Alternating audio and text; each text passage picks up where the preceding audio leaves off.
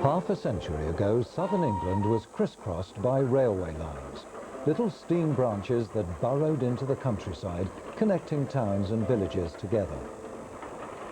Most people didn't have a car in those days. They relied on country trains to keep their communities alive.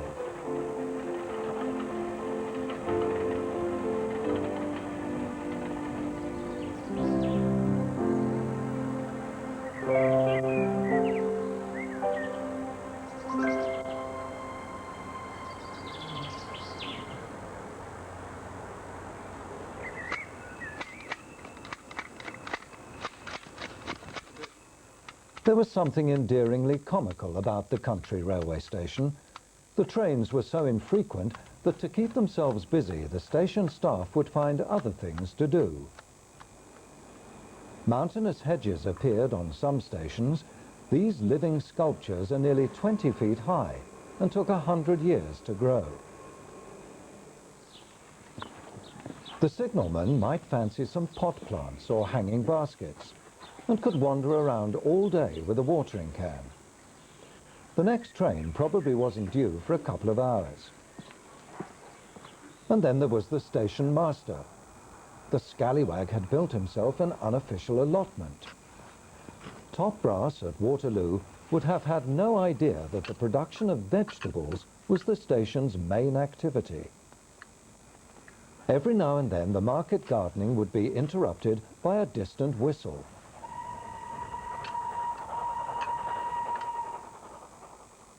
In no time, the station people would be waiting in their uniforms to welcome that rare and honoured guest, the train.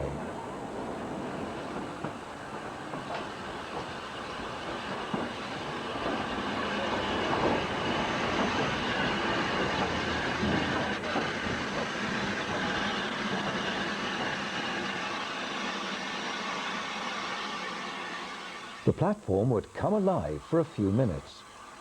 Railway staff always took pride in the appearance of their stations and the well-being of their customers. And since everyone on the railway seemed to be related to each other, the crew of the departing train would no doubt be carrying home a pound or two of fresh vegetables.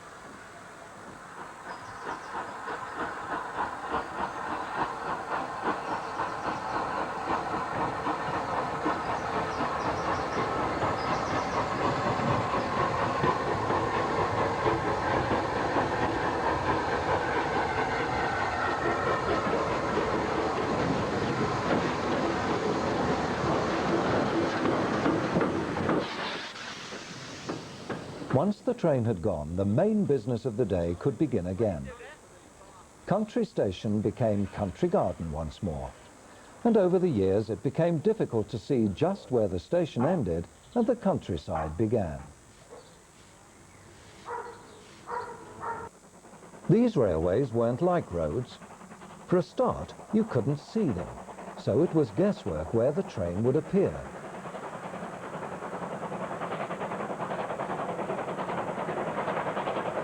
This is the Mid-Hants Railway, sometimes known as the Watercress Line. It recreates brilliantly the rural railway of 50 years ago. One could say it's typically a country railway.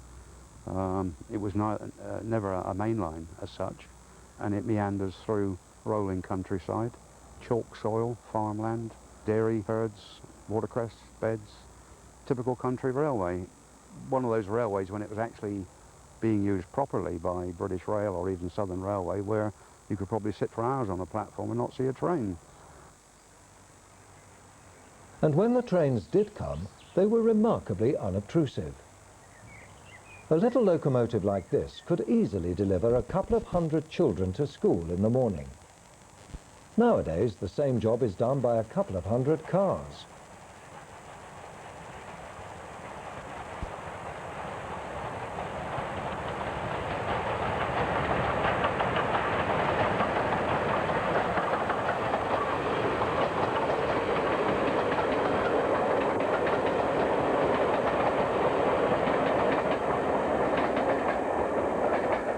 In those days, there was plenty of work in the countryside, with the railways second only to agriculture in providing jobs in southern England.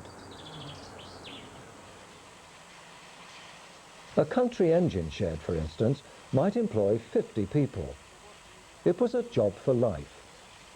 From cleaner to driver could take 20 years, but there was a clear promotional ladder for the young lads, if they behaved. Rural crime was a fraction of its present level.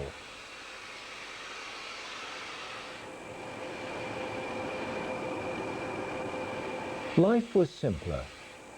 When it was time to collect the kids from school, the little engine would quietly do the job of 200 frantic parents. But this particular depot at Ropley wasn't here in the days of steam. 50 years ago, engines would go off to Eastleigh for repair. Now it has to be done on the spot, with nature on the doorstep. We even get sheep looking between the wires of the fence right by the loco works. I mean, you know, how rural can you get?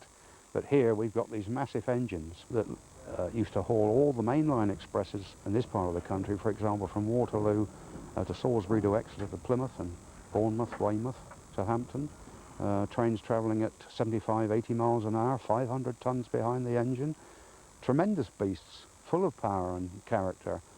And surprise, surprise, if you walk up to Ropley through the hedgerows, there they are, some of them. And we've created the whole thing as a living museum.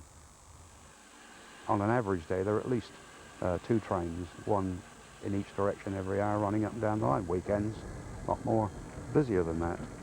But in essence, if anyone wants to see what a country railway looked like back along 1930s, 1920s even, the flavour is still here. Right, we've got the token and the signal, so we put it in gear, shut the door, and we have to listen for the steam going in the cylinders.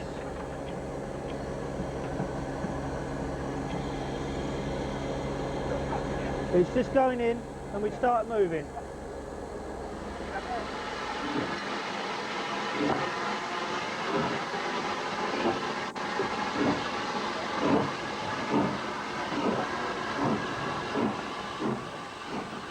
There are still railwaymen on the Mid-Hants who can remember these engines, the S15 class from British Railways days. Mainly the S15 is the Southern Region freight engine. The sort of works we did were the heavy freights with them. They weren't a speed engine. You wouldn't have a fully fitted freight with it normally. It was always heavy freight. We used to bring them out of Southampton docks, out of Beavers Park. That's down at Southampton. I don't know if you know that. That's at Southampton. We used to work heavy freights out of there. And you'd take them mostly up to Feltham, where they were shunted out for all different parts of the UK. And you'd pick another heavy freight up from there and bring it back down again. She's still got heavy work to do because of the banks that we've got. You know, we get the 1 in 60 banks, and if you put 6 behind 506, 506 is working like she would have done as a freight engine almost. You know, so you're still getting that part of it. Your engine's working, whereas on a lot of the railways where it's quite flat, there's no work there. You know, the skills are not exactly the same as what they are going up and down these banks.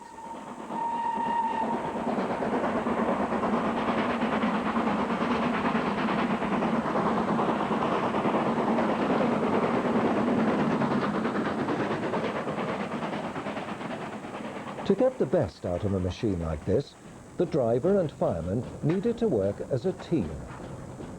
They were drinking buddies to a degree that wouldn't be tolerated these days. you knew what the fireman had to do, and it's very much a teamwork thing, you know, and it's an enjoyable teamwork. I can tell you of days when we used to go out. One of my drivers I had when I was a fireman, he used to live in one hotel in Basingstoke, or one pub, and I lived in another pub in Basingstoke.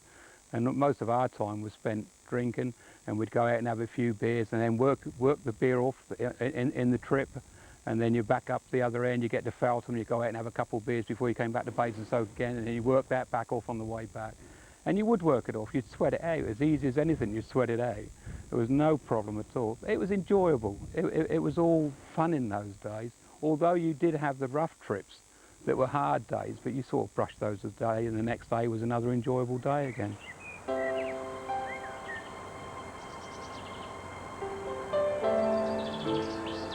Most of the South's rural railways have gone now. They were obliterated as quickly as they were built. The rails were lifted for scrap, and nature claimed back these single-track country lanes. The fact that a dozen steam railways still survive in southern England is due entirely to the stubbornness of the steam lover.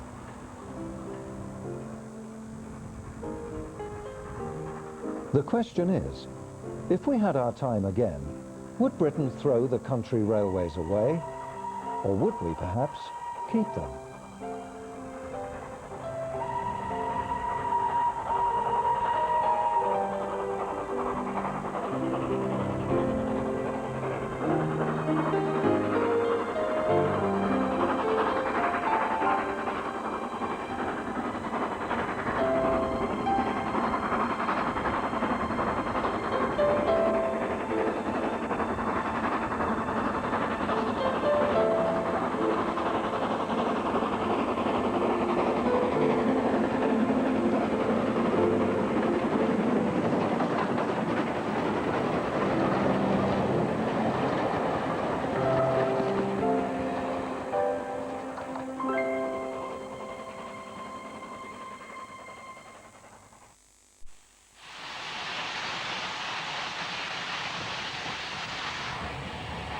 After the war, the Brighton Railway Works produced the last of the great southern steam locomotives, streamlined dazzlers that caught the popular imagination after wartime austerity.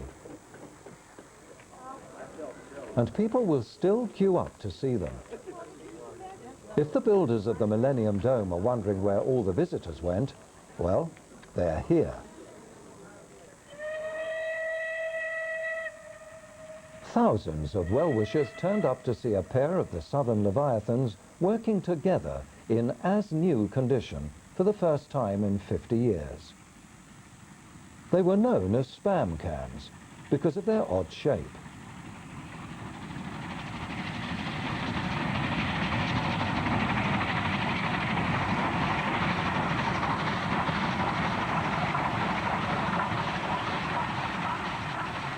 Their reign on express trains was a brief one.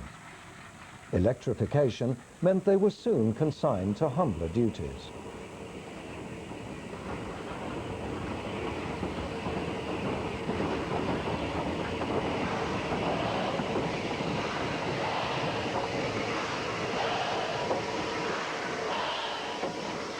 This is the Swanage branch line, now preserved as the Swanage Railway. People here can still remember the rattly old freight trains known as pickup goods. Well, they weren't of a huge length. They were, you know, normally 10 to 15 wagons, and there was the pickup from the clay works at Fursbrook, and then coal wagons into Corfe Castle, and then coal wagons down to Swanage, and pick up the empties and take them back. And it was quite a lazy day because you had to keep getting off the main line and standing in the sidings at the stations, and very often the driver would nip off and have a pint of beer, and you were, of course, totally illegal, but that was the way things were in the 50s. At the tail end was that forlorn figure, the guard, who helped bring the train to a standstill. Many goods trains had only the engine brakes, plus those on the guard's van, so his was a very responsible job.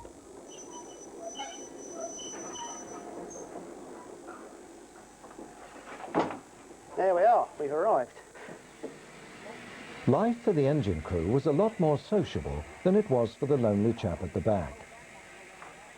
I'll give him the green flag.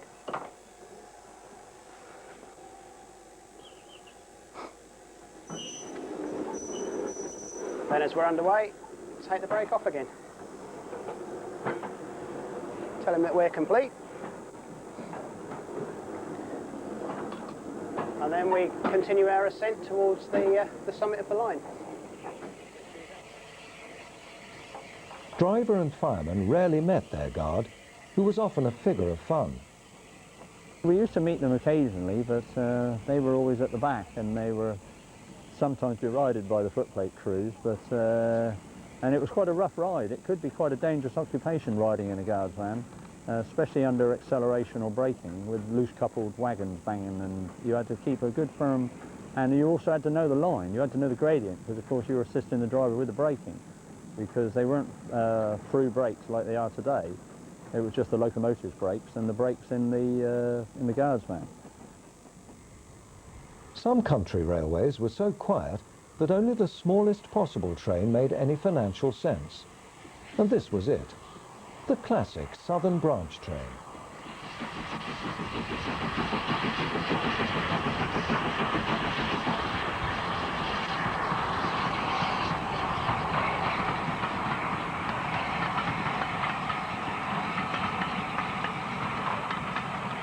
It consists of an ancient tank engine, just one carriage, and a parcels van called Van B.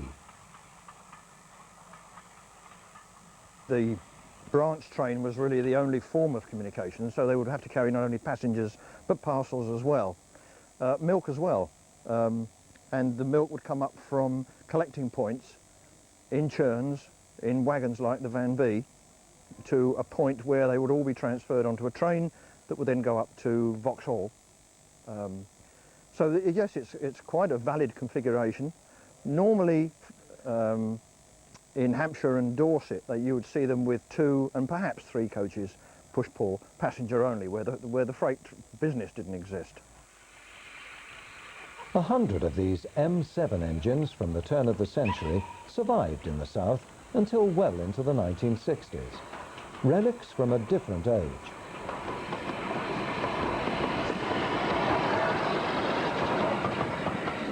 But the design was a brilliant one, by a Scottish engineer called Dougal Drummond.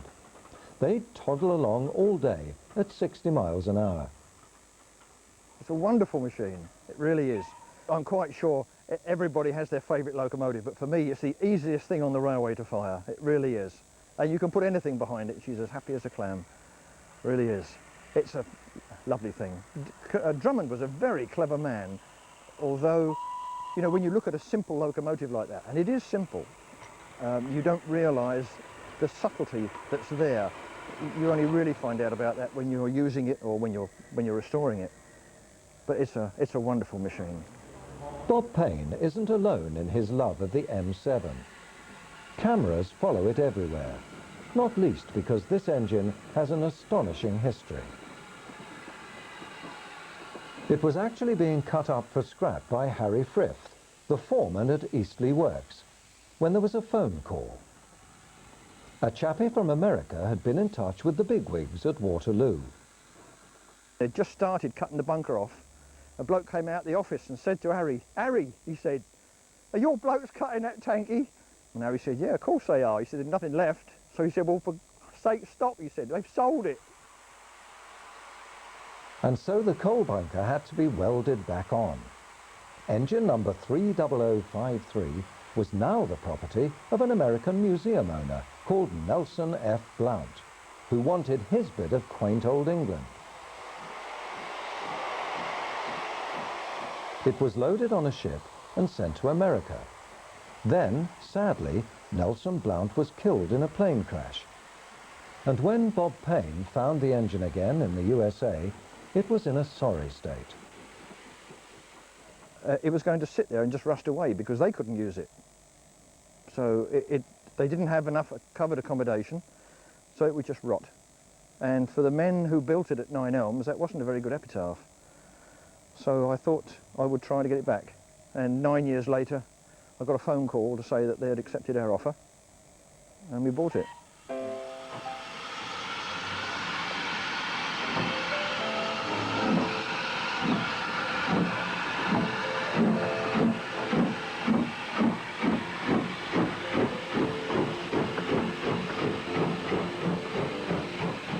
In future, this little engine is staying put where it belongs, on a country railway line in Dorset.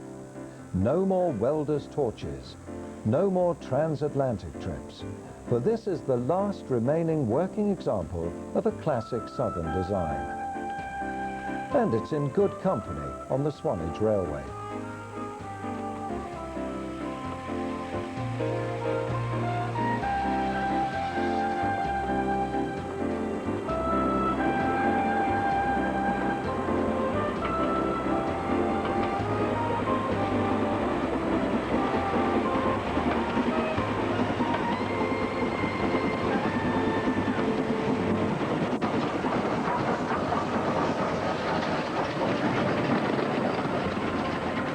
The whole working fleet was turned out for the line's autumn gala. We always do an annual steam gala where we try to put out as many steam locomotives as we can, which is really at the end of the season, and everybody's worked hard all the way through the year, and it's a pat on the back for everybody, and to get all the rail enthusiasts in and show them what we can do at Swanage. This year is our most ambitious yet. We've got 54 return trains in a period of 2 days, running literally all through the night on the Saturday night, where we had our first time ever our all-night blues and booze train, which proved for the first time very successful. We've had an amazing year. The passenger figures keep going up and up and up, and the railway's going from strength to strength, and all credit to all the volunteers who work so hard to make it happen every day. The country railway is alive and well in some of the most picturesque corners of southern England. As well as the little trains at Swanage, there will soon be long-distance excursions, just like there used to be in the days of steam, when heavy trains would labour uphill from the seaside every summer's weekend.